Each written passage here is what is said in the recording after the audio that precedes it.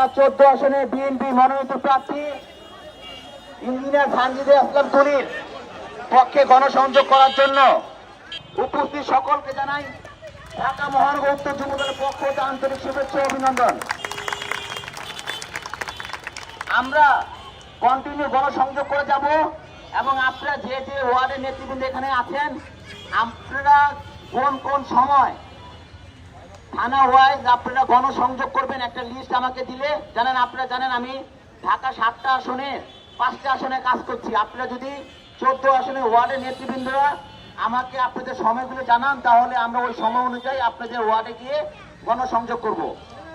এই সময়গুলি আপনারা জানিয়ে দিবেন এবং কন্টিনিউ নির্বাচন কালীন পর্যন্ত আমাদের গণসংযোগ চলবে।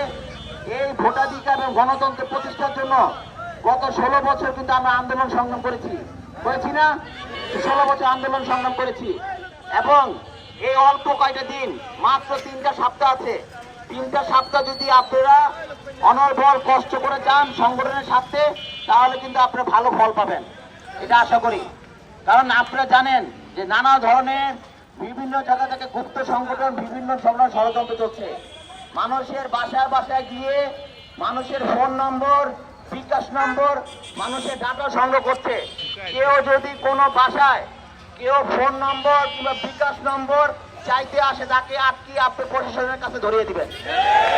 কোন গুপ্ত সংগঠন বাংলাদেশের মাটিতে থাকবে না, কারণ এদেরকে আমরা অনেক ছাড় দিয়েছি।